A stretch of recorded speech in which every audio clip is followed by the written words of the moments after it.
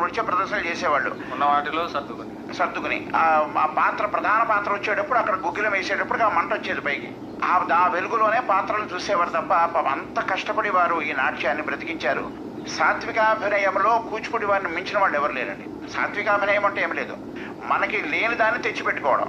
మనం రాముడు ఉదాహరణకి రామాయణంలో రాముడు సీత లక్ష్మణుడు పాత్రలు తీసుకుంటే, రాముడు అనే పాత్ర వేసే అతను స్టేజ్ మీద వేసేవాడు నిజంగా బాధపడట్లేదు, అతనికి భార్య వియోగం కలగలేదు. కానీ నిజంగా భార్య వియోగం కలిగినట్లుగా అతను మనల్ని ప్రేమింపజేస్తూ ఆ సాత్వికాభినయాన్ని ప్రదర్శిస్తూ నిజంగానే మన కళ్ళ వెంట నీళ్లు తెప్పిస్తూ ఉంటాడు. అది సాత్వికాభినయం. కూచిపూడి వారు అందవేసిన చేయి దాని మీద.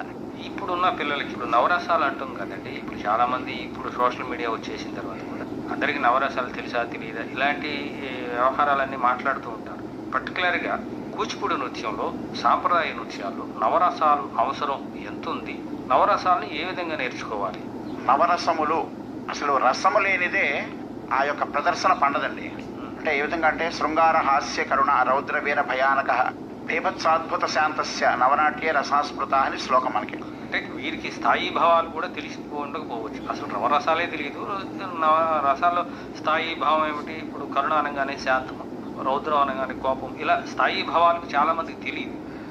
అసలు నవరసాలు అంటే ఏమిటి? దాని స్థాయి భావం ఏమిటి? ఈ నృత్యం అభినయంలో కానీ ప్రదర్శనలో కానీ దాని పాత్ర ఏమిటి? నవరసములు లేనిదే, అసలు రసము లేనిదే ఆ యొక్క ప్రదర్శన రాణించదు. ఆ ప్రేక్షకులు ఒక్క క్షణం కూడా అక్కడ కూర్చొని చూడలేని పరిస్థితి ఉంటుందండి. అంటే భావముల నుంచి రసములు ఉత్పన్నమవుతాయి. మనం ఏదైనా ఒక పద్యము శ్లోకం అభినయించేటప్పుడు దాని యొక్క అర్థాన్ని తెలుసుకుని దాన్ని పూర్తిగా అవగాహన చేసుకుని ప్రదర్శించినప్పుడు, ఆ భావాన్ని చూపించినప్పుడు దానిలోంచి రసములు ఉత్పన్నమవుతాయి. అది ఆ సందర్భాన్ని బట్టి. ఈ సందర్భం అక్కడ శృంగారం అంటే రతి అనే స్థాయి భావం నుంచి వస్తుంది. ఈ శృంగార ప్రదర్శనలో కూచిపూడి వారు మంచి అందవేసిన చెయ్యి. ఎందుకంటే భామా కలాపంలో సత్యభామ పాత్ర ద్వారా, అలాగే ఉషా పాత్ర ద్వారా, శశిరేఖ పాత్ర ద్వారా, అనేక యక్షగానములు ద్వారా, ఆ యొక్క శృంగార పాత్రల ద్వారా మనకి కూచిపూడి వారి ఎంతో మంది మహనీయులు వారి గొప్పతనాన్ని వారి యొక్క అద్భుత చాతుర్యాన్ని ప్రదర్శించారు. మనకందరికీ తెలిసిన విషయం ఇది. భారతదేశం అంతటా కూడా ఆ మహనీయుల యొక్క ప్రదర్శన చూడని వారు లేరు. అంటే శృంగార రసాన్ని, రతి అనే స్థాయి భావం నుంచి శృంగార రసం ఉత్పన్నమవుతుందండి. అలాగే సంభోగ శృంగారము, విప్రలంబ శృంగారం అని రెండు రకాలుగా ఈ శృంగారాన్ని చూపిస్తాం మనం. సంభోగ శృంగారము అంటే నాయకుడు నాయిక ఇద్దరు ప్రేమానురాగాలతో చరించడం, ఒకరిని విడిచి ఒకరు ఉండలేకపోవటం, ఎక్కడికి వెళ్తే అక్కడికే వెంట వెళ్తూ ఉండటం అనేది మనకు సంభోగ శృంగారం. అలాగే విప్రలంబ శృంగారము అంటే వియోగం, పతి వియోగంతో బాధపడుతూ ఉన్నటువంటి నాయిక. మనకి ప్రముఖ ఉదాహరణ భామా కలాపమే.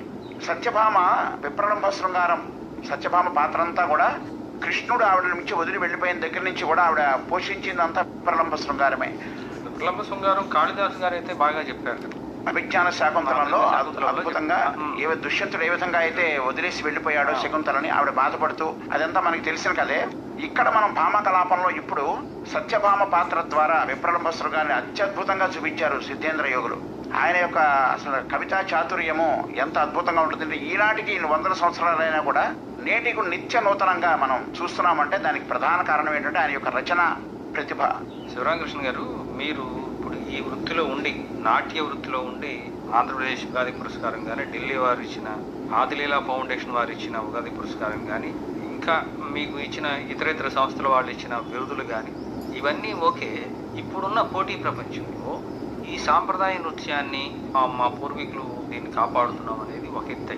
మీరు కాకుండా శిష్యులు తయారు చేస్తున్నారు కదా. ఈ పోటీ ప్రపంచంలో ఇప్పుడు సాంప్రదాయ నృత్యాలు కాకుండా సాంప్రదాయేతర డ్యాన్సులు అన్ని టీవీ ఛానల్స్లోనూ, పాశ్చాత్య డ్యాన్సులు, నృత్యాల్లో మీరు మనుగడ సాగించడానికి ఏం చెప్పదలుచుకున్నారు? అంటే మనం నమ్ముకున్న నాట్య కళ శాస్త్రీయమైనదండి. అంటే మిమ్మల్ని ఏం అడగదలుచుకున్నానంటే ప్రజాదరణ ఏ విధంగా ఉంది, దాన్ని ఎలా నిలబెట్టుకోగలుగుతారు అని. అంటే ఈ పూర్వం కన్నా కూడా ఇప్పుడు ఇంకా ప్రజాదరణ పెరిగిందని చెప్పొచ్చండి. పూర్వం కన్నా కూడా చాలా మంది నృత్యం నేర్చుకుంటున్నారు. అంటే గురువు ఎటువంటి వాడైనా కూడా చిన్న స్థాయి ఉన్నా పెద్ద స్థాయి ఉన్నా కూడా ఆ స్థాయిని చూడకుండా ప్రతి ఒక్కరు కూడా నృత్యాన్ని అభ్యసిస్తున్నారు. ఆ విధంగా కూచిపూడి నాట్యం ప్రచారం అవుతోందని చెప్పొచ్చండి. కూచిపూడి నాట్యాన్ని అనేక విధాలుగా ప్రచారం చేస్తున్నారు. పాశ్చాత్య ధోరణి పెరిగిపోయినా కూడా మనం నిలబడగలగడానికి ప్రధాన కారణం అంటే శాస్త్రీయత. మన నాట్యశాస్త్రం, అభినయ దర్పణం గ్రంథాల ఆధారంగా మనం నాట్యాన్ని నేర్పుతూ ఉంటాం. దానిలో ఎటువంటి శాస్త్రీయత తప్పకుండా అదే విధంగా మన పూర్వీకులు పెద్దలు చెప్పిన పంథా ప్రకారమే వెడుతూ దానిలో కొంత నూతనత్వం తీసుకొచ్చి, మరీ పాత ధోరణిలో వెళ్లకుండా కొంత నూతనత్వం తీసుకొచ్చి ఏ విధంగా అయితే ప్రేక్షకులు కూర్చుంటారు.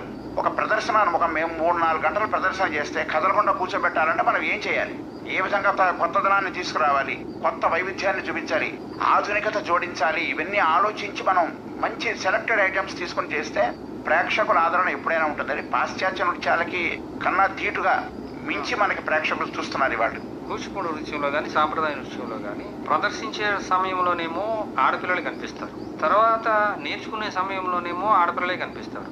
కానీ ఈ పేరు ప్రఖ్యాతులు పొందిన ఇప్పుడు మీ తాతగారు లాంటి వారు కానీ, మీ నాన్నగారు లాంటి వారు కానీ, లేకపోతే మీ ముత్తాతలు, లేకపోతే మీరు ఆడపిల్లలు ఈ స్థాయిలో వచ్చిన పేర్లు ఎక్కడో 2-3 మినహాయించి ఎక్కువగా కనిపించరు. ఎందుకు వాళ్ళంటారు?